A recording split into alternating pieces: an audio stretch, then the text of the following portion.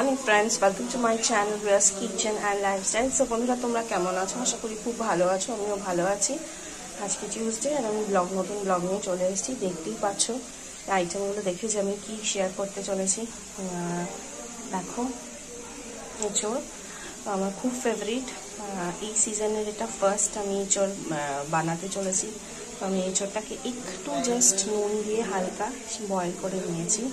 এখানে আলু, পেঁয়াজ, টমেটো কেটে নিয়েছি। আমি কিন্তু চিংড়ি মাছ দিয়ে এঁচড়টা করবো, তাই জন্য চিংড়ি মাছটা ভাজতে দিয়ে দিয়েছি। এবার কিভাবে করছি দেখাচ্ছি। সো দেখো, আমি এঁচড়টা একটু হালকা বয়েল করে নিয়েছি হলুদ আর একটু নুন দিয়ে, তাহলে কি রান্নাটা তাড়াতাড়ি হয়ে যায়। নাহলে এটা খুব শক্ত, সেদ্ধ হতে অনেক টাইম লাগে। এখানে আমি জাস্ট তেলেতে আলু, পেঁয়াজ, টমেটো দিয়ে দিয়েছি ভাজার জন্য। একটু ভাজা ভাজা হলে আমি এঁচড়টাও দিয়ে দেবো। দেখে এঁচড়টা আমি একটু হালকা সেদ্ধ করে নিয়েছি, বয়েল করে নিয়েছি, তো তাড়াতাড়ি হয়ে যাবে। তো দেখতে থাকো যে কীভাবে আমি এঁচড় চিংড়ি বানাচ্ছি। তো দেখো, আলুটা, টমেটোটা, পেঁয়াজ এখন অনেকটাই ভাজা হয়ে গেছে। আমি বয়েল করে নেওয়া এঁচড়টা দিয়ে দিয়েছি, জাস্ট হালকা বয়েল করেছি, খুব না, তাহলে একদম বেশি গলে যাবে। তো এবার আমি এটাকে ভালো করে কষাবো। তারপর আমি কী কী মশলা অ্যাড করবো দেখাচ্ছি।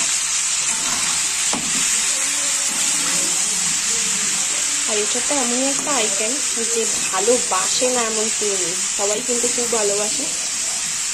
আর আমি যেরকম কাঁঠাল খেতে একদম পছন্দ করি না, এঁচড়টা ভালোবাসি।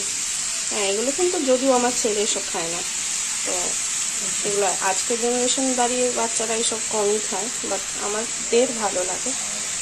সো দেখো, আমি মশলা কী কী দিয়েছি: নুন, হলুদ, লঙ্কার গুঁড়ো, জিরে গুঁড়ো, কাশ্মীরি মির্চ, এবার স্বাদ মতো।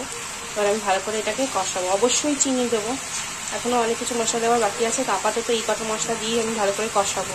তারপরে আদা রসুনের পেস্ট দেবো। তো দেখো, আমার কিন্তু কষানো হয়ে গেছে। আমি এক্সট্রা মশলা যা অ্যাড করছি সেটা হচ্ছে আদা রসুনের পেস্ট, যেরকম বললাম, আর সামান্য একটু চিনি। এবার যেটা অ্যাড করবো, একটু কাশ্মীরি মির্চ দেবো আর গরম মশলা দেবো।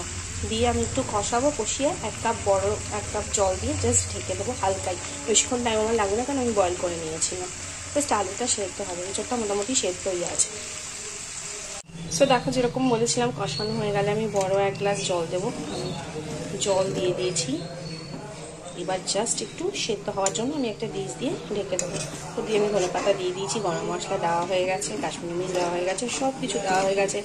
নিরামিষ করলে ঘি দিতে পারো, ভালো স্মেল আসে। কিন্তু যেহেতু আমি এটা চিংড়ি মাছ দিয়ে করছি, সেজন্য আমি ঘিটা আর দেবো না। চিংড়ি মাছ ইটসেলফে একটা খুব সুন্দর স্মেল থাকে, তো সেই স্মেলটাই এঁচড়কে আরও টেস্ট বানিয়ে দেবে। তো একটু জাস্ট বয়েল হোক, আমি একটু ঢেকে দিচ্ছি একটা ডিশ দিয়ে। তারপরে ভেজে রাখা চিংড়ি মাছগুলো আমি দিয়ে দেবো। সো দেখো, আমার কিন্তু এঁচড় রান্না হয়ে গেছে।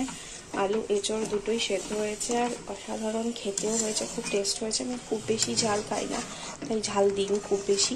যারা বেশি ঝাল খাও, একটু ঝাল দিতে পারো, কারণ এগুলো ভালো লাগে। এইবার আমি জাস্ট ভেজে রাখা চিংড়ি মাছটা দিয়ে দেবো, তাহলে কিন্তু টেস্টটা আরও বেড়ে যাবে।